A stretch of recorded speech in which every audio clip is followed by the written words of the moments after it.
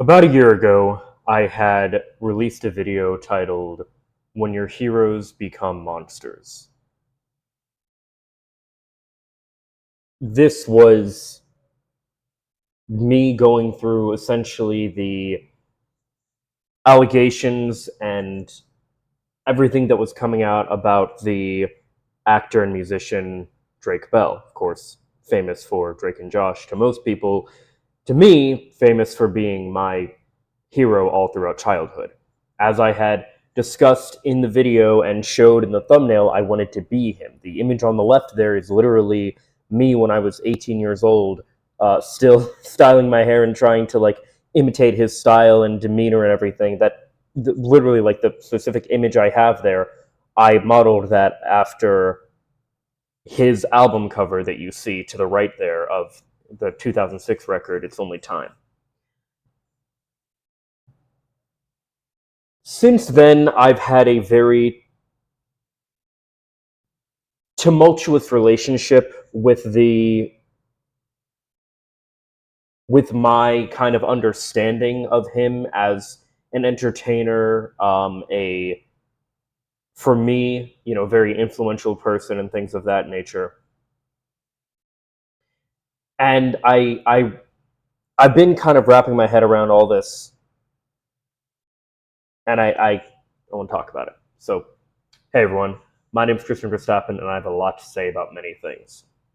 Of course, what kind of brought all this back into the light, if you will, was the release of the docu-series Quiet on Set. Now, I will give full disclosure here and just say that I haven't actually seen the entirety of Quiet on the Set. What I have seen is clips on TikTok and YouTube, I think, here and there, of Drake's portion of it, because that was what I was most interested in when I found out he was going to be on it. And then I didn't like. Okay, growing up, I definitely would have gone out of my way to, and I did watch everything that I could that had him in it. I remember I wasn't allowed to watch superhero movie growing up, which was it was a movie in the vein of like Scary Movie, Epic Movie, all those kind of movies, a parody movie, and it was primarily parodying the Sam Raimi Spider-Man movies, or the Tobey Maguire Spider-Man movies, if you will, with Drake playing the character of Rick Ricker, who was the superhero Dragonfly. It primarily parodied the first Spider-Man movie, but it also parodied a few things from X-Men and other superhero stuff here and there. And I remember not being allowed to watch that growing up because it was pretty adult. And then the next movie that he was in after that was called College, which is actually a really good movie. I would strongly recommend that. A lot of people might kind of think it's like a, I don't know, kind of generic, coming of age college movie, and it is to an extent. But it's there's something to be said, I feel like, about the era of like the raunchy comedy, in that yes, they were raunchy and they had all these like moments and stuff, but they always had heart as well. And I think that I don't know, I think it was a very interesting dynamic how a lot of those movies and stuff were back then that we just don't really see these days. But we're not that's neither here nor there right now. Point is, I watched these movies when I finally had this like access to the internet, my own access to the internet and everything, and the ability to look at this stuff on my own, and stream them and all this different stuff, and on all these different, I found every commercial he was in and watched them on YouTube, and all these different things. Of course, I was like a big fan of his music. I watched pretty much every live thing that was on YouTube that I could find. I watched every, and I've done this for other people too, right? Like I've done this for like my now favorite band, All Time Low. I've done this for Green Day to an extent. I've done this for the Beatles, for like all these big, I think Chuck Berry, like all of these different artists that like, and people that have meant a lot to me.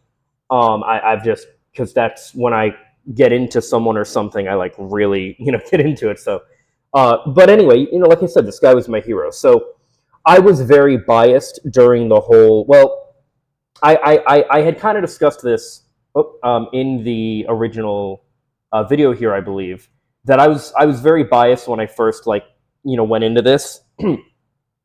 and the whole, like, everything that was happening to him, and nobody wants, like, allegations and stuff to be real.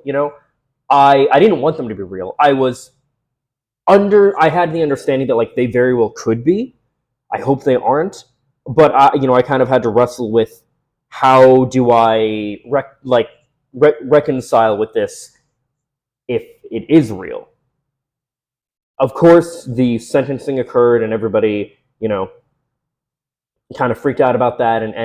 And to be fair, and I did point this out even in my video, that there had been misinformation going on about him too, saying, like, he fled to Mexico to escape the legal system, and things like that, when in reality he had been touring in Mexico since 2008 because they just love him there.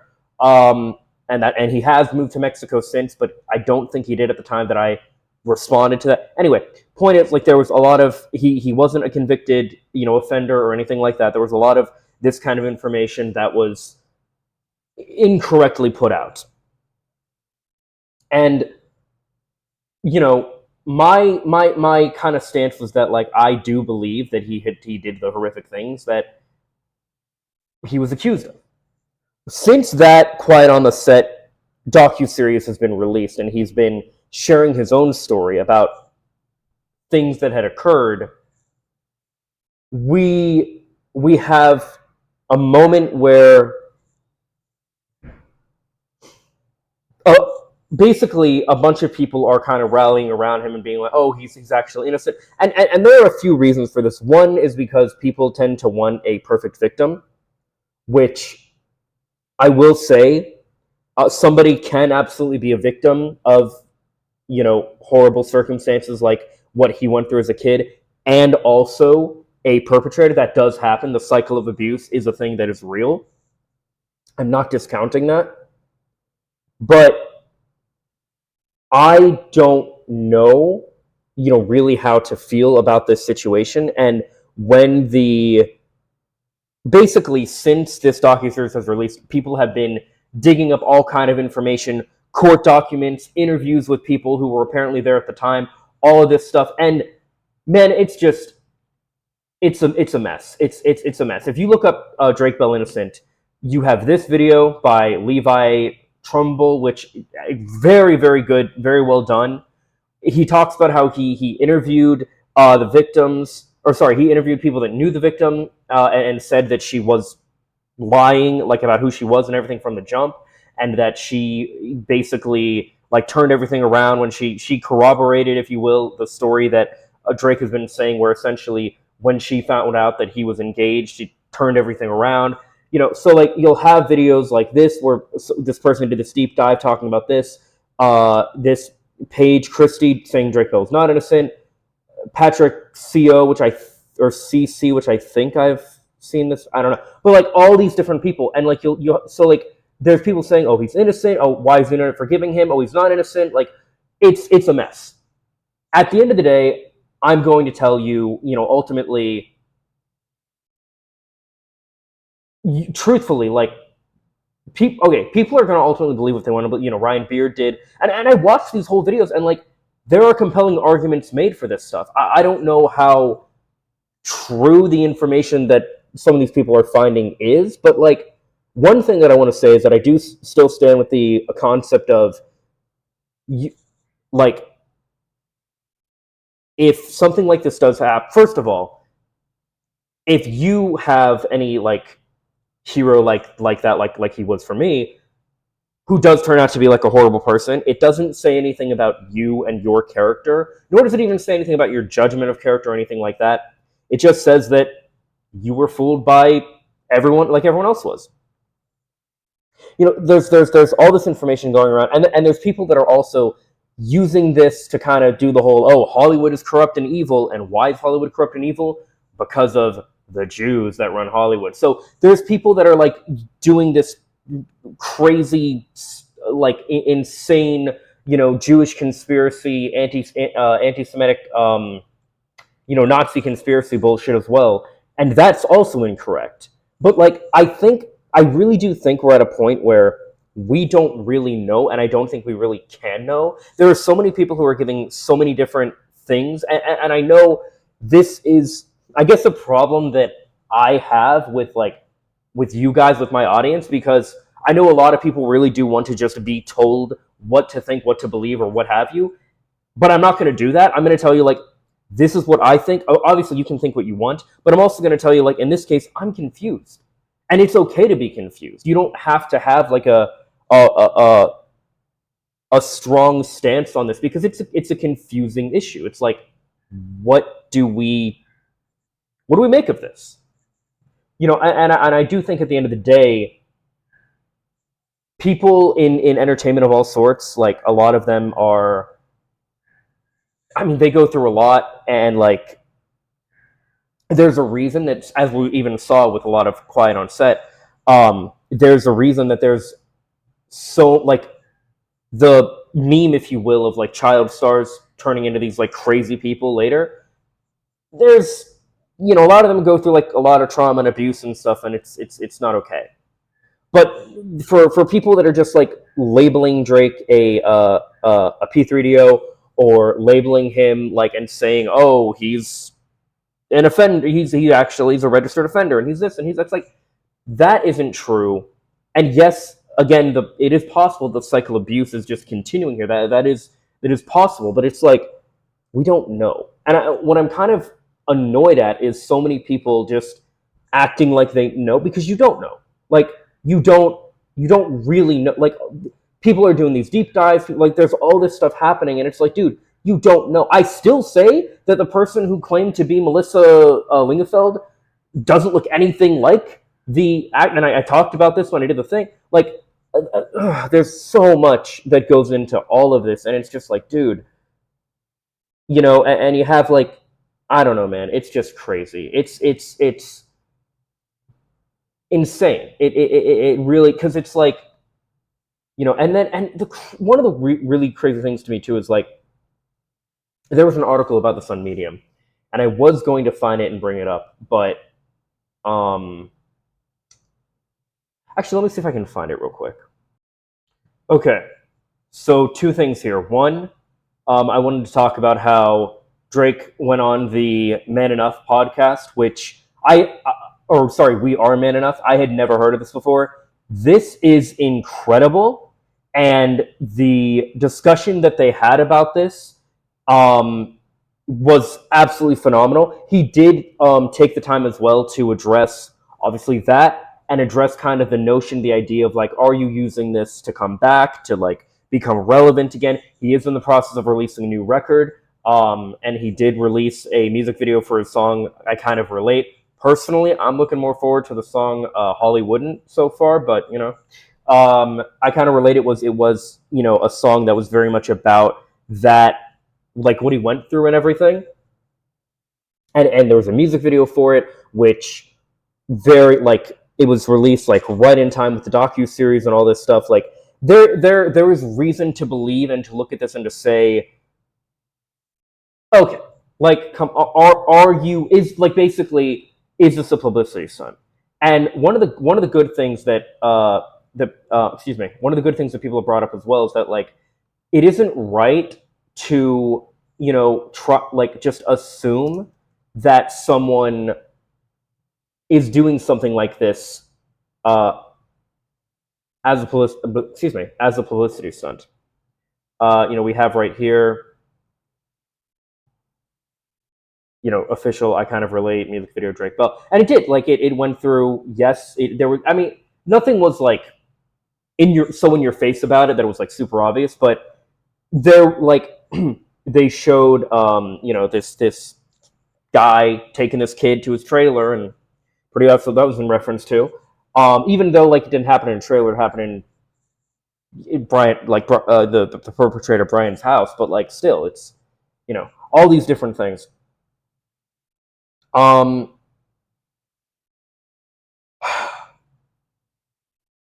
It's just,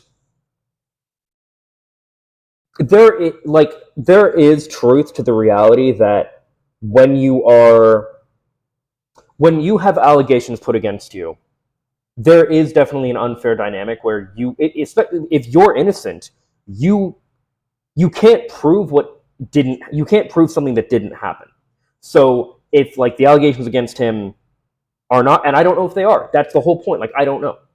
But if they are not correct, if they aren't valid, how does he prove something that didn't happen?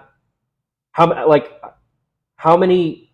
I mean, there are cases where like there was this girl who in college who basically she claimed that these two football players assaulted her who were black, and this was because A, she was cheating on her boyfriend with them, and B, they were black, so she knew the justice system would not take too kindly to them.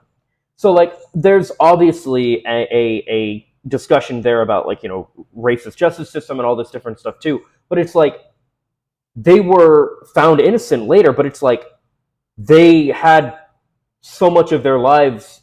I don't know if they ever bounced back, but they had so much of their lives and opportunity and stuff stripped away from them and ruined because of one person's false allegation. And like, yes, false allegations do happen. I want to be super clear about that. They do happen. They are a real problem. They aren't as much of a problem as a lot of like MGTOW, red pill, these people that like want you to like hate and fear women. They're not as common as those people would have you believe, but they do happen and they are an issue that needs properly addressed rather. But it's like there is. So anyway, the on the podcast here again, absolutely incredible. And one of the people here is a woman too, and like it's so cool because they. Oh, this is a clip. This isn't even. Oh wait, no, this is. Oh, just 5 minutes in, I guess. I guess that's what that means.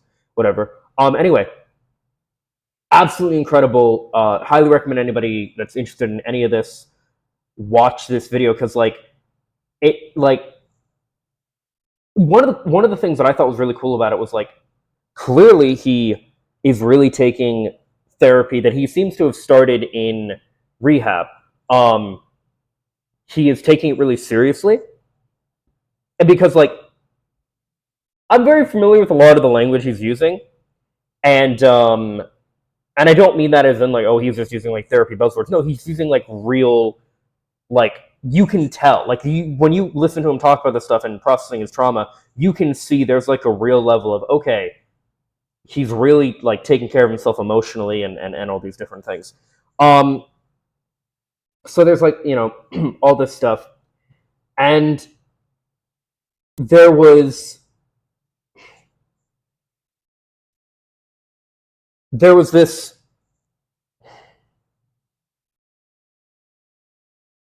when they were talking about this, they were even talking about things like toxic masculinity and misogyny and all these different things, and how basically in this podcast here, how basically like it's possible that he because of like part of the shame and everything that you feel and part of wanting to kind of reclaim that part of himself from Brian, the person that like stole it from him, was because it's like kind of an ego masculinity thing. It's just a really good convo, and I highly recommend the whole like it's incredibly good. And it's a very, very good convo.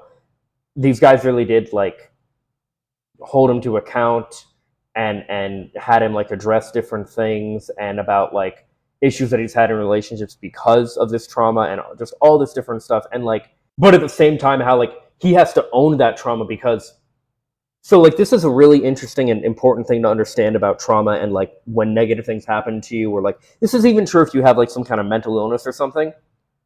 It's not your fault, but it is your responsibility. In my case, I'm not where I want to be in my life, partly because of like my upbringing and stuff, and like that's not entirely it, but it's part of it.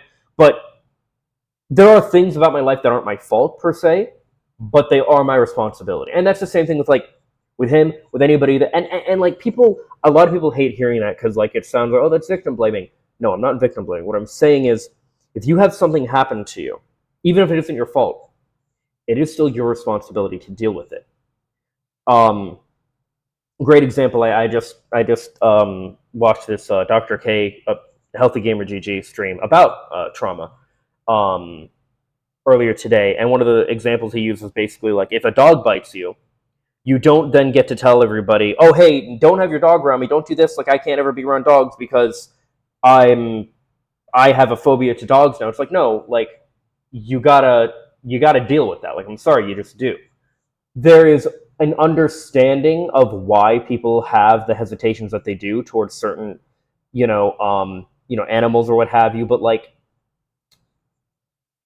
it's more empowering to face it and be able to, defeat it, for lack of a better word, rather than it is to just like be a victim of it. I, you know, I'm arachnophobic. I hate spiders, but like, when I finally made myself face spiders head on and kill them, they were like cluttering in my like apartment door corner right outside, and eventually I had enough of it and I killed them all with a can of Raid. Like, that was a very, I know it sounds stupid, but like that was a very empowering moment to me. I could have like just kept being afraid of them and trying to avoid them and stuff, but like eventually they were going to get inside, they were going to keep multiplying, it's just going to be, ugh, hated it. Had to deal with it. And experiences that I've had and experiences that you've had and etc., like, you may not have been the cause of them, but you are still the one that has to deal with them. And at the end of the day, like, you have to get the mental and emotional help. You have to, like, if you're like me and you're not where you want to be physically, you have to work out, eat right, you have to do all these different things. Like, maybe it's not your fault that your parents fed you shit. Maybe it's not your fault that no one told you specifically need to, like, work out and have a good physique in order to look good and feel good about yourself and all these different things. Maybe you weren't told those things. Maybe you weren't like any of this stuff. Maybe people like all of these different things. Maybe like you weren't really encouraged with like your dreams in life and stuff. Maybe all these different, like, whatever it is, it's your responsibility to deal with, not somebody else's. Now, again, you can get help from people. That's a totally different thing, but you don't make it someone else's problem. Anyway, point is, that's just the difference between like accountability and like victimizing yourself. You want to take accountability and be empowered rather than be a victim of something. But with that in mind, this, again, just incredibly, incredibly good podcast. I cannot recommend it enough. There was also an article, and again, I highly recommend reading this. Read it quick while you can, because Medium, people can delete Medium articles at any time, and I don't like it, but they can. So anyway, it's Drake Bell's story, observations, and the real discussion we should be having. I'm not going to read through the whole thing, but basically what they talk about is how, the real issue, one of the big things we need to be talking about here that people just kind of skip over. Oh, sorry. Here's the article. And the real issue, and I completely agree with this, that we need to properly talk about is the guy, Brian Peck, that did this shit to Drake was pen pals with the serial killer John Wayne Gacy. Like, that is not properly focused on enough. That is a huge, huge issue. Friends with a serial killer and working on in children's media and in entertainment in general. Like, what are you doing? Well, what is this? In the article here discusses that there were moments where Drake was tied up, and if you look at the actual like charges against Brian and such, you see like you see that like there's a disturbing connection to what Brian did and what John Wayne Gacy did to his victims. Torture them, assault them, kill them. And Drake had said there were several times where he thought, I don't know if I'm going to make it out of here. Yeah, it's possible that Brian was a potential serial killer himself. That if Drake didn't stop him, and let's be clear, yes, Drake did stop him. You know, he went to his mom. You know, eventually, you know, did his whole thing.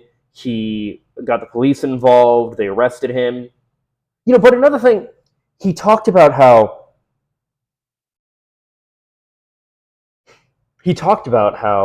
people have,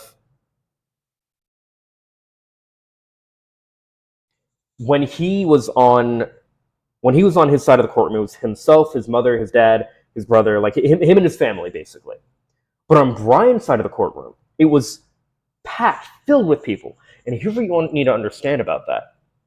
People like Brian have connections. And again, I'm not saying this isn't a crazy Nazi conspiracy theory. This is just like a fact of Hollywood and the entertainment industry. Like they have connections. That's why you have people like James Marsden, who was one of the people that wrote a letter to, like, in defense of Brian. And there were these people who were saying things like Drake tempted him and such at like 15. I understand that it's possible for him to have committed the crimes that were put against him. That he was accused of, Drake, that is. And I understand if you personally believe that. I'm not saying I don't. I'm not sure what I believe. I'm still figuring it out. I go back and forth like all the time, every time I hear something new about this. But I do know that this definitely opens up a larger discussion, and that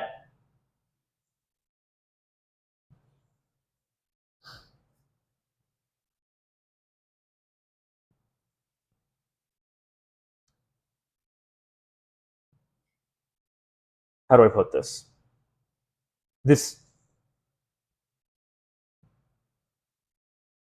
I think, my personal belief with this is that I think this is my bias speaking again, childhood hero, but I think that he could have easily been as big, at least as like Selena Gomez or someone else of that era who like got their start in like children's television, if you will, and was also a musician and he could have probably not be as big as like Ariana Grande, but definitely could have rose up. And I personally think that once that happened, Brian and people defending him decided, all right, we got to blackball him or blacklist him, whatever it's called. Ruin his reputation, in you know, here in Hollywood and with all this stuff, and also ruin his credibility as an artist, as all these different things, you know. And I think that's why he didn't rise to the level of success that he could have. I think he is, personally, as an actor and a musician, especially as a musician, especially a musician, I think he's incredibly underrated. And again, he was my hero. He inspired me to pick up guitar and everything. Like, I wanted to be him growing up, so that bias is coming through. But, you know, yeah, that is very much what I think about that. But, you know, he had talked about how signs or lyrics from his songs like Somehow and Down We Fall were about that situation. Now, sorry, I was trying to go through the article again. Down We Fall, I had always thought was a song that was about his mother leaving an abusive, or some woman leaving an abusive relationship. But apparently it was like through the guise of that, but it was really about his situation with Brian, which is why there's the chorus is, did you tie him down? Did he make a sound? And then the next chorus is, did you weigh him down? No, sorry, did he tie you down? Did you make a sound? And then the second chorus is, did you weigh him down? Did he make a sound? And it's this whole thing about basically losing innocence and all this stuff. And a lot of people who go through these horrific experiences do feel a loss of innocence. Again, not their fault, not it, like it was taken from them. And it's horrific. But, you know, according to this article, and according to, like, if you look at the, I mean, this right here, we're not even like, I'm not going to read through all these, but feel free to pause and read through these. Jesus. I think it's insane that there's not there's not this. I don't understand why there is not more, like, looking into the fact that the dude who committed these crimes was friends with a serial killer. Why was that? Why, for one, why was that not a huge red flag from, like, the parents and stuff at the time? Because they knew. But also, why is that not something more people are talking about? Like, I don't know. To me, that's like, 100%, like that. Yeah, it's, yeah.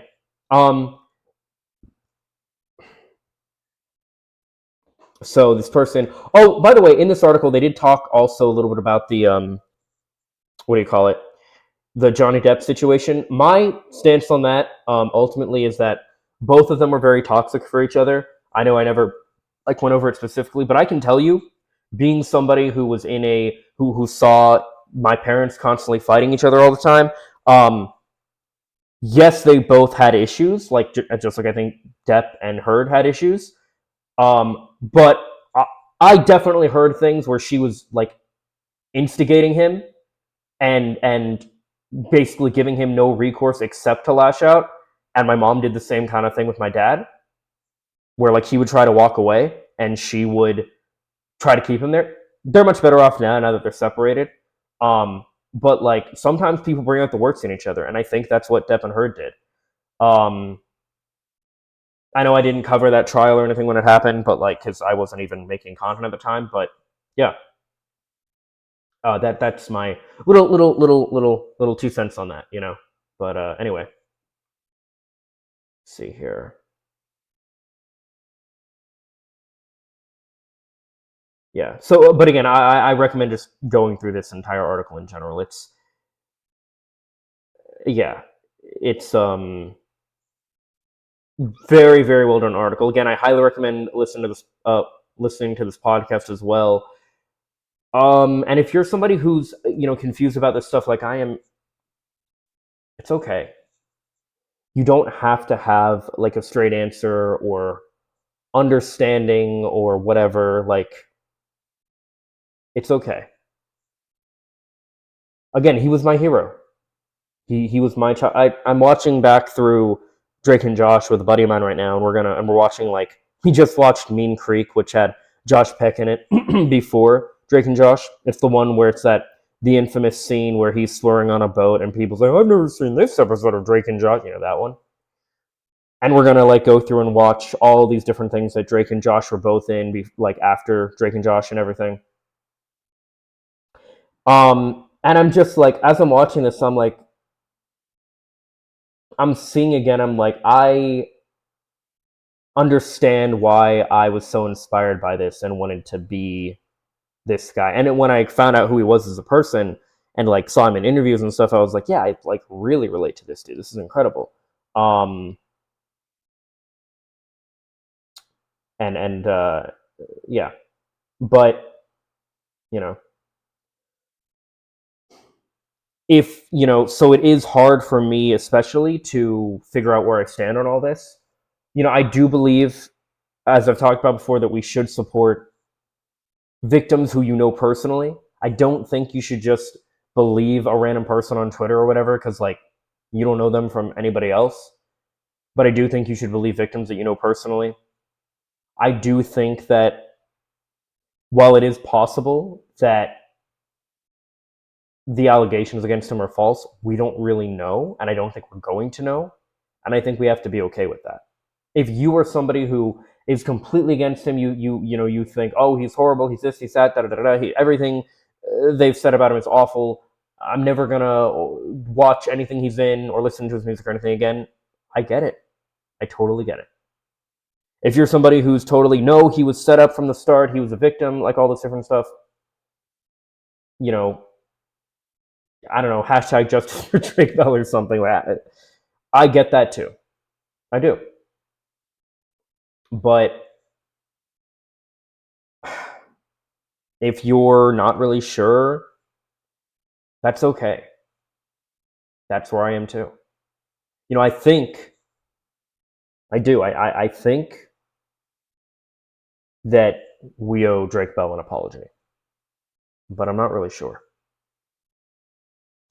In any case, and as always, these are just my thoughts. Let me know what yours are in the comments down below. Follow me on social media for more. Subscribe, ring the bell to stay up to date. Leave a like if you like, and if not, I hope you find something to do like. Later, guys. Peace and love.